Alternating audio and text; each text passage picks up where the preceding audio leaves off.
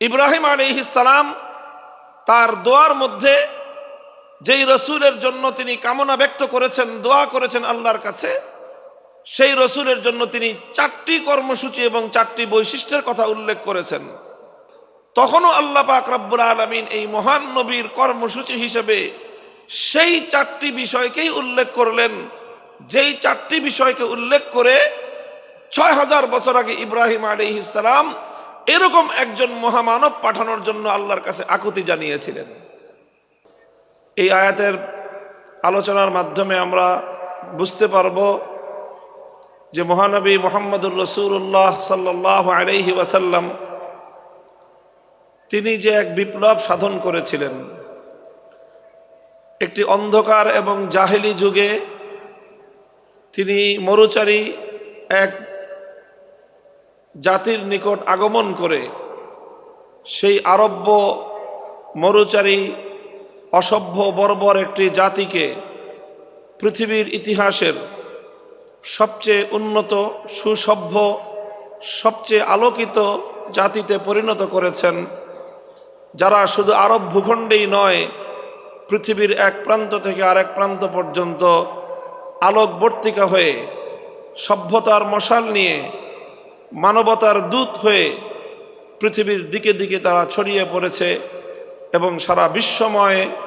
সূচিত হয়েছে মানব সভ্যতার এক অনন্য জাগরণ। এই যে রাসূল আকরাম সাল্লাল্লাহু আলাইহি ওয়াসাল্লাম এমন একটি ঐতিহাসিক বিপ্লব সাধন করলেন, কিভাবে তিনি করলেন, কি ছিল তার কর্মপ্রক্রিয়া,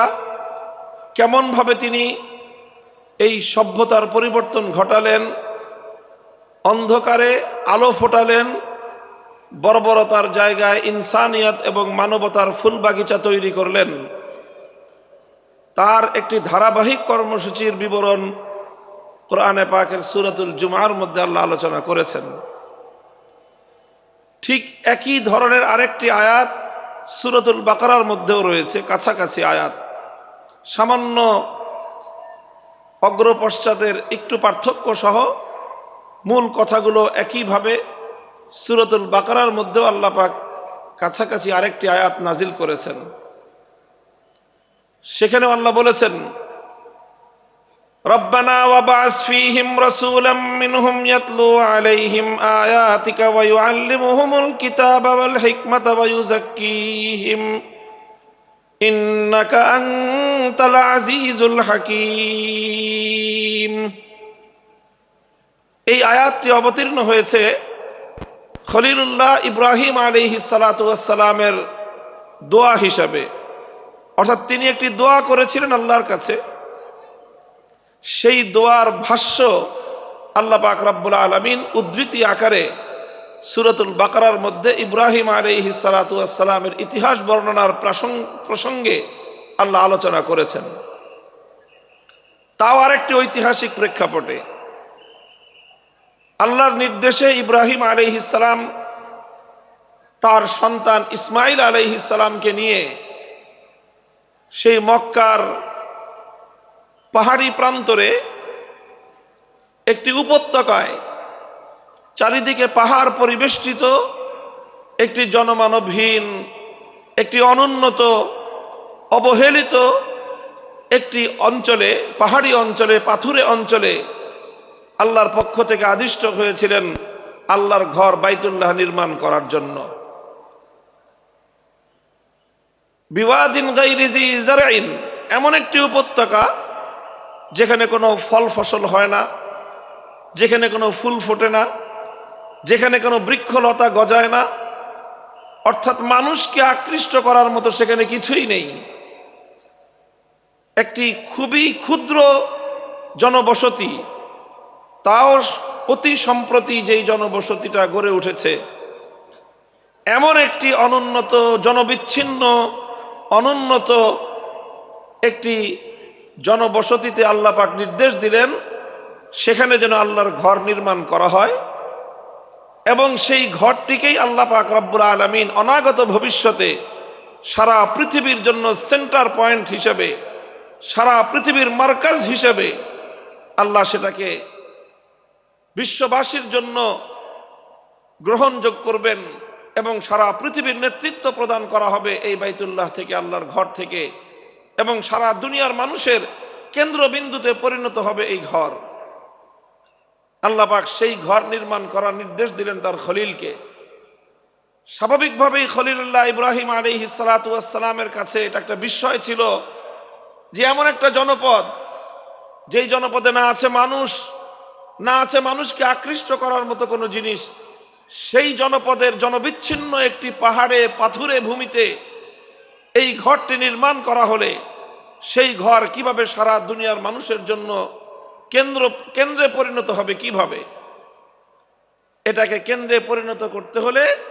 প্রয়োজন হবে এখানে কেন্দ্রীয় কিছু কর্মসূচির, যেই কর্মসূচির মাধ্যমে আল্লাহর ঘর বাইতুল্লাহ সারা পৃথিবীর মানুষের জন্য কেন্দ্রে পরিণত হবে। এখানে একটা মার্কাজ গড়ে উঠবে, আর সেটা গড়ে উঠবার জন্য ইব্রাহিম আলাইহিস সালাতু ওয়াস সালাম বুঝতে পেরেছিলেন যে একটি মার্কাজ, একটা সেন্টার গড়ে উঠবার জন্য প্রয়োজন হলো একজন কেন্দ্রীয় ব্যক্তিত্বের। এই জন্য ইব্রাহিম আলাইহিস সালাতু ওয়াস সালাম আল্লাহর কাছে দোয়া করলেন বাইতুল্লাহ নির্মাণ করে, যে আল্লাহ, এই ঘর তোমার ঘর কাবা, এই কাবা সারা দুনিয়ার মানুষের কেন্দ্রবিন্দুতে যদি পরিণত হতে হয়, তাহলে এখানে তুমি এমন একজন মহামানব পাঠাও, যেই মহামানব তার কর্মসূচির মাধ্যমে সারা দুনিয়ার মানুষকে বাইতুল্লাহর দিকে আকৃষ্ট করবে এবং বাইতুল্লাহর দিকে সারা পৃথিবীর মানুষের মন মস্তিষ্ক এবং তাদের মনোযোগকে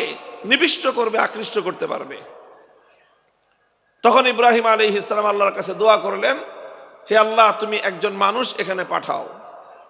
একজন মহামানব তুমি পাঠাও, একজন রসুল তুমি পাঠাও, যেই রসুলের কিছু কর্মসূচির কথা ইব্রাহিম আলাইহিস সালাম উল্লেখ করেছেন। ইব্রাহিম আলাইহিস সালাম তার দোয়ার মধ্যে যেই রসুলের জন্য তিনি কামনা ব্যক্ত করেছেন, দোয়া করেছেন আল্লাহর কাছে, সেই রসুলের জন্য তিনি 4টি কর্মসূচি এবং 4টি বৈশিষ্ট্যের কথা উল্লেখ করেছেন। বিস্ময়কর বিষয় হলো ইব্রাহিম আলাইহিস সালাতু ওয়াস সালাম যেই 4টি বৈশিষ্ট্যের কথা উল্লেখ করেছিলেন, তার দোয়ার মধ্যে তার সেই কামনীয় মহান রসুলের জন্য 6000 বছর পরে আল্লাহ পাক রব্বুল আলামিন যখন সেই মক্কার মাটিতে, সেই মক্কার ভূখণ্ডে, সেই বাইতুল্লাহর নগরে তিনি যখন ইব্রাহিম আলাইহিস সালামের দোয়ার সেই স্বপ্ন পুরুষ মুহাম্মদুর রাসূলুল্লাহ সাল্লাল্লাহু আলাইহি ওয়াসাল্লামকে আল্লাহ নবুয়ত দিয়ে প্রেরণ করলেন, তখনও আল্লাহ পাক রব্বুল আলামিন এই মহান নবীর কর্মসূচি হিসেবে সেই 4টি বিষয়কেই উল্লেখ করলেন, যেই 4টি বিষয়কে উল্লেখ করে 6000 বছর আগে ইব্রাহিম আলাইহিস সালাম এরকম একজন মহামানব পাঠানোর জন্য আল্লাহর কাছে আকুতি জানিয়েছিলেন।